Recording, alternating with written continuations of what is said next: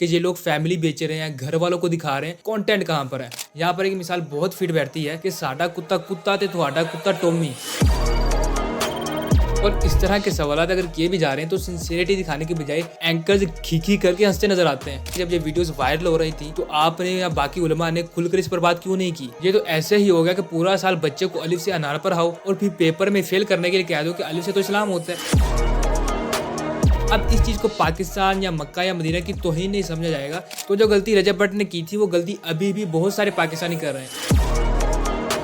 अस्सलाम वालेकुम दोस्तों, रजब भट्ट जो एक फैमिली व्लॉगर है, हाल ही में 295C के बारे में उनकी वीडियो वायरल होने पर FIR काट दी गई है।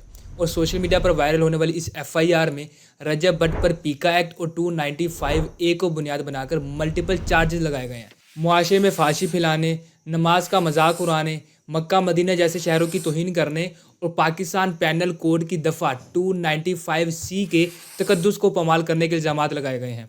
इससे पहले रजब भट्ट पर क्रिश्चियन को ईसाई कहने पर भी मुकदमा किया जा चुका है। अभी जो 5 इल्ज़ाम रजब भट्ट पर लगाए जाते हैं, इनमें कितनी सच्चाई है और कहां पर डबल स्टैंडर्ड्स देखने में आए हैं, इन सब की बात करेंगे आज की इस वीडियो में। सबसे पहले ये चीज़ जान लें कि ये वीडियो ईद की रात को रिकॉर्ड हो रही है, तो कोई भी इन्फॉर्मेशन जो इस वीडियो में बताई गई है वो 31 माह से पहले तक की है। तो अगर आप किसी भी चीज़ को वेरीफाई करना चाहें तो मैंने एक डॉक्यूमेंट का लिंक नीचे डिस्क्रिप्शन में डाल दिया है, आप क्रॉस चेक कर सकते हैं। और सपोर्ट करने के लिए चैनल को सब्सक्राइब जरूर करें। अब टॉपिक की बात करें तो सबसे पहला इल्ज़ाम जो इन पर लगाया जाता है कि ये लोग फांसी फैला रहे हैं।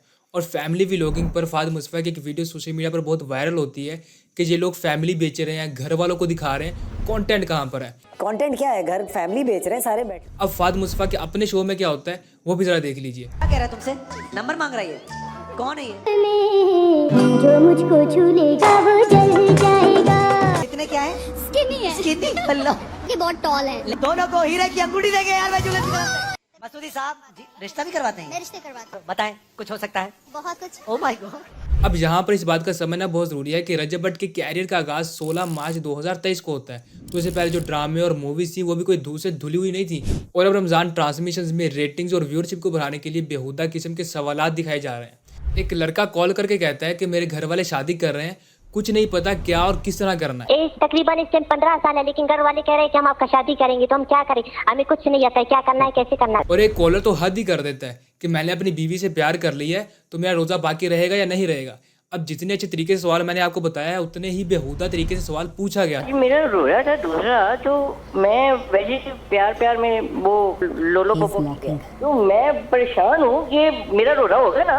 और इस तरह के सवाल अगर किए भी जा रहे हैं तो सिंसियरिटी दिखाने के बजाय एंकर्स खी करके हंसते नजर आते हैं। और अब कोई कहेगा कि तुमने वीडियो को एडिट क्यों नहीं किया, तो समझ लें कि आपका सोशल मीडिया इस तरह की वीडियो से भरा पड़ा है, तो इन पर खुलकर बात करना ही मुनासिब होगा।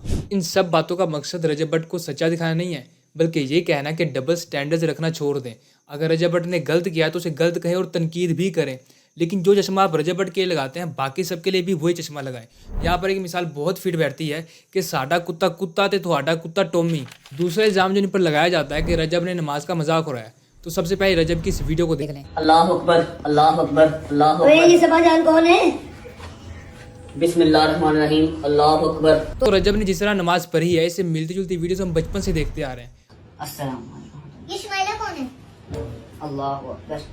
आप अभी भी किसी भी सोशल मीडिया वेबसाइट पर नमाज फनी वीडियो सर्च कर लें तो आपको भी मिल जाएंगी। कोई पेरेंट्स के डर से दोबारा नमाज शुरू कर रहा है, सिबलिंग्स नमाज पढ़ते दौरान हंस रहे हैं। नफल, अल्लाह अकबर।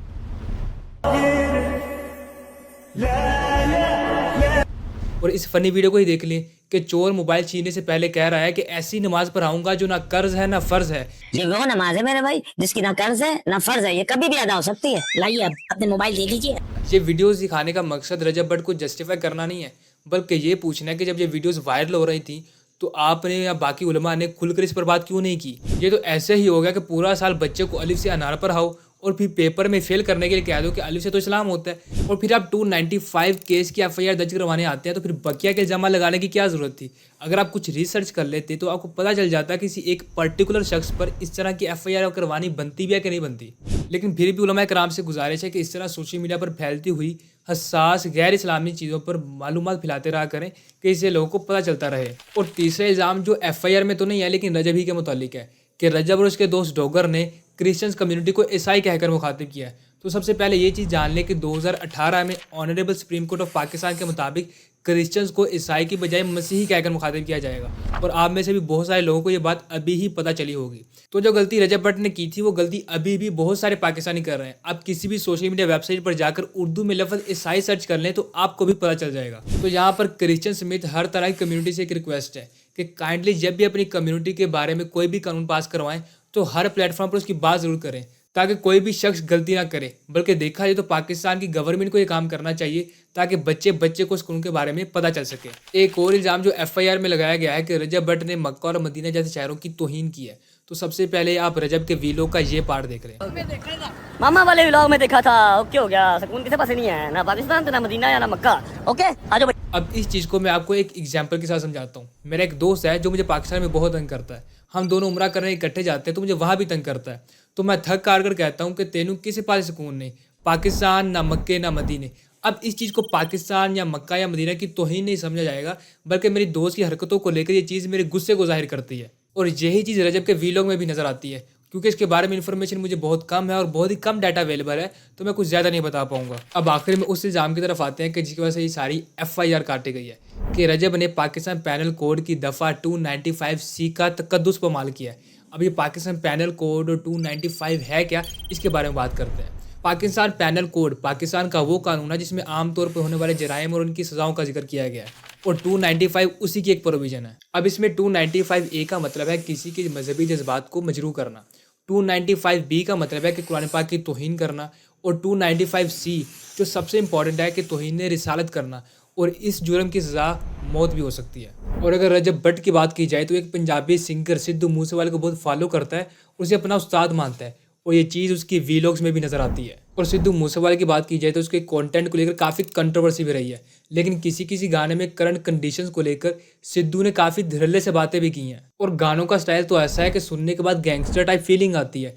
और उनका एक गाना 295 भी है, वही 295 जिसको लेकर पाकिस्तान में एक रिलीजियस लॉ एग्जिस्ट करता है जिसको लेकर ये सारी कंट्रोवर्सी बनी हुई है। अगर आप ये सब समझ चुके हैं तो रजब की इस वीडियो को देख लीजिए। नहीं वो फिर मेरे उस्ताद भी बहुत दफा लगी थी, मेरे भी बहुत दफा लगी, लाहौर में अलग लगी, कराची में अलग लगी, ठीक है। अच्छा अल्लाह पाक, मैं बच्चों को बिल्कुल इस चीज को मोटिवेट नहीं कर रहा, मेरे तो सर पे पड़ गई है, मेरे सर पे तो पड़ गई है, इसलिए बता रहा हूँ। मेरे उस्ताद के सर पे भी थी 295, मेरे सर पे 2 है, 295A 295C है ना, और वो भी नाजायज। रजब खुद बता रहे हैं कि उन पर 2 दफात लगी हैं, 295A और 295C, और वो दोनों गलत है। और वो ये भी कहते हैं कि मैं बच्चों को मोटिवेट नहीं कर रहा हूँ और साथ ही अपनी परफ्यूम 295 भी लॉन्च कर देते हैं। लेकिन इनके वीलॉग से वो हिस्सा काट कर वायरल किया जाता है कि जिससे कंट्रोवर्सी क्रिएट हो सके और यही होता है। फिर इन पर FIR दर्ज करने के लिए एहतजाज शुरू हो जाते हैं और गालियां देते हुए कहा जाता है कि अगर FIR ना काटी गई तो घर से घसीट लाएंगे। इसके बाद पूरा सोशल मीडिया 2 हिस्सों में डिवाइड हो जाता है, एक वो हिस्सा जो रजब भट्ट को सपोर्ट करता है और दूसरा वो जो रजब के अगेंस्ट में आता है। और फिर हर कोई सोशल मीडिया पर गालियां देते हुए खुद को सच्चा साबित करने की कोशिश करता है। और इस सब को देखकर रजब भट्ट मक्का मुकरमा पहुंच जाते हैं उम्रा करने के लिए। और इसी दौरान सोशल मीडिया पर एक फतवा गर्दिश करता है कि रजब भट्ट वाजिबुल कत्ल है और इस फतवे को मुफ्ती अशरफ आसफ जलाली साहब से लिंक कर दिया जाता है, जबकि उनके सोशल मीडिया अकाउंट पर ऐसा कोई भी फतवा मौजूद नहीं है। और बात गालियों से इतनी आगे बढ़ जाती है कि इसे सुन्नी शिया लड़ाई में बदलने की कोशिश की जाती है। और हैरानगी की बात यह है कि किसी भी वेल नोन जर्नलिस्ट या स्कॉलर की जानिब से कोई भी बयान सामने नहीं आता है। अब रजब भट्ट की जानिब से बार बार माफ़ी मांगी जाती है कि मेरी ऐसी इंटेंशन बिल्कुल नहीं थी, वीडियो को एडिट किया गया है, मैं अपना परफ्यूम डिसकंटिन्यू कर रहा हूँ और मुझे इस कानून 295 का पता तक नहीं था। लेकिन दूसरी साइड कुछ भी सुनने को तैयार नहीं है। उनके अकॉर्डिंग जब मसला रसूलुल्लाह का है तो वो कोई फैसला नहीं कर सकते। अब उलमा कराम इस पर अभी तक खामोश क्यों है, इस पर कुछ कहा नहीं जा सकता, लेकिन जाहिर है उनके बोलने पर ही मालूम हो पाएगा कि इस सूरत हाल में क्या ज़रूरी है। तो कानून को हाथ में लेने और एक दूसरे को गालियाँ देने की बजाय रूल ऑफ लॉ को देखना चाहिए और जो ज़रूरी हो वो करना चाहिए ताकि फ्यूचर में इस तरह की किसी भी कंट्रोवर्सी से बचा जा सके। और मोस्ट इंपॉर्टेंटली बहुत सारे लोगों को इस तरह के हसास कवानीन का पता नहीं होता, तो गवर्नमेंट को चाहिए कि इस तरह के कवानीन की बार बार आगाही फैलाते रहें। और आखिर में कहना चाहूँगा कि अगर आपको मेरी वीडियो अच्छी लगे तो चैनल को सब्सक्राइब करें और अपनी किसी भी राय का इज़हार आप कमेंट सेक्शन में ज़रूर करें।